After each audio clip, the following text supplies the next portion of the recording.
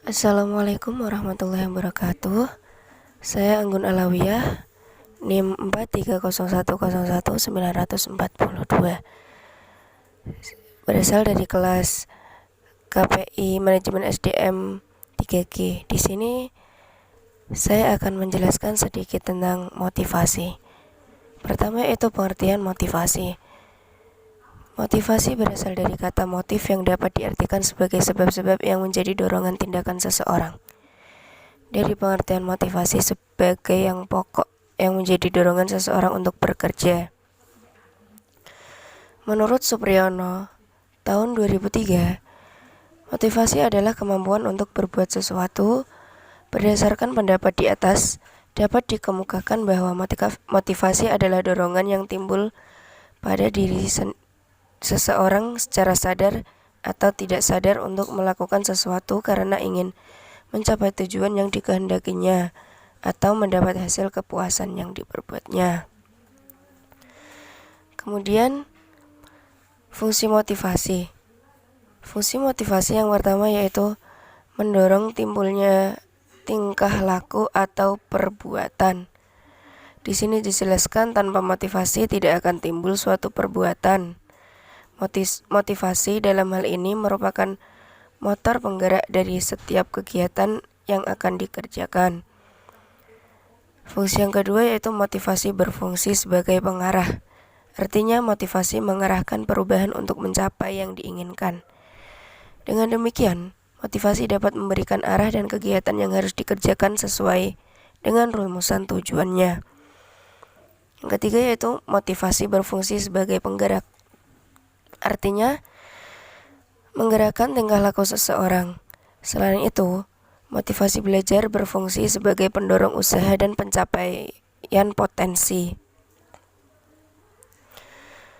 Kemudian yaitu tujuan motivasi.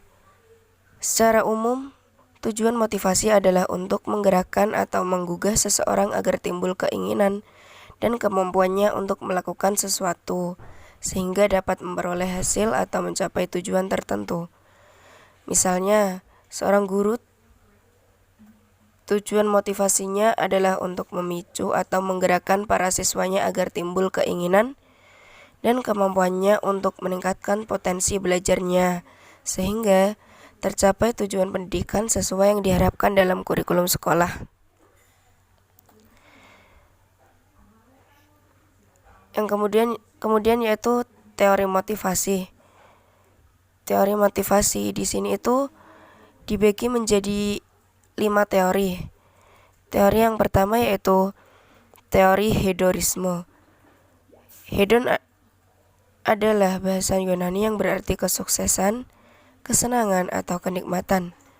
Hedonisme adalah suatu aliran dalam filsafat yang memandang bahwa tujuan hidup yang utama pada manusia adalah mencari kesenangan atau head yang bersifat duniawi. Implikasi dari teori ini adalah setiap orang akan cenderung menghindari hal-hal yang sulit dan menyusahkan atau mengandung resiko berat dan lebih melakukan sesuatu yang mendatangkan kesenangan baginya. Kedua yaitu teori Nahri. Pada dasarnya manusia memiliki 3 dorongan nafsu pokok yang dalam hal ini disebut juga naluri, yaitu yang pertama yaitu dengan nafsu atau naluri mempertahankan diri. Yang kedua, dengan dorongan nafsu atau naluri mengembangkan diri. Yang ketiga, dorongan nafsu atau naluri mempertahankan jenis. Teori yang ketiga yaitu teori reaksi yang dipelajari. Teori ini berpandangan bahwa tindakan atau perilaku manusia tidak berdasarkan naluri, tapi berdasarkan dari pola tingkah laku yang dipelajari dari kebudayaan di tempat orang tersebut hidup. Orang belajar paling banyak dari lingkungan kebudayaan di tempat ia hidup dan dibesarkan. Misalnya, pemimpin atau seorang pendidik akan memotivasi anak buah atau anak didiknya. Pemimpin ataupun pendidik itu hendaknya mengetahui benar-benar latar belakang kehidupan dan kebudayaan orang-orang yang dipimpinnya. Kemudian teori yang keempat yaitu teori daya pendorong. Teori ini merupakan perpaduan antara teori naluri dengan teori reaksi yang dipelajari. Daya pendorong adalah semacam naluri, tapi hanya satu dorongan kekuatan yang luas terhadap satu arah yang umum. Kemudian teori yang terakhir yaitu teori kebutuhan. Teori ini adalah teori yang banyak dianut sekarang. Teori kebutuhan beranggapan bahwa tindakan yang dilakukan oleh manusia pada hakikatnya adalah untuk memenuhi kebutuhannya, baik kebutuhan fisik maupun psikis. Jadi, jika seorang pemimpin atau pendidik ingin memberikan motivasi kepada seseorang, ia harus berusaha mengetahui terlebih dahulu apa kebutuhan orang yang akan dimotivasi. Sekian dari saya, kurang lebihnya mohon. Wassalamualaikum warahmatullahi wabarakatuh.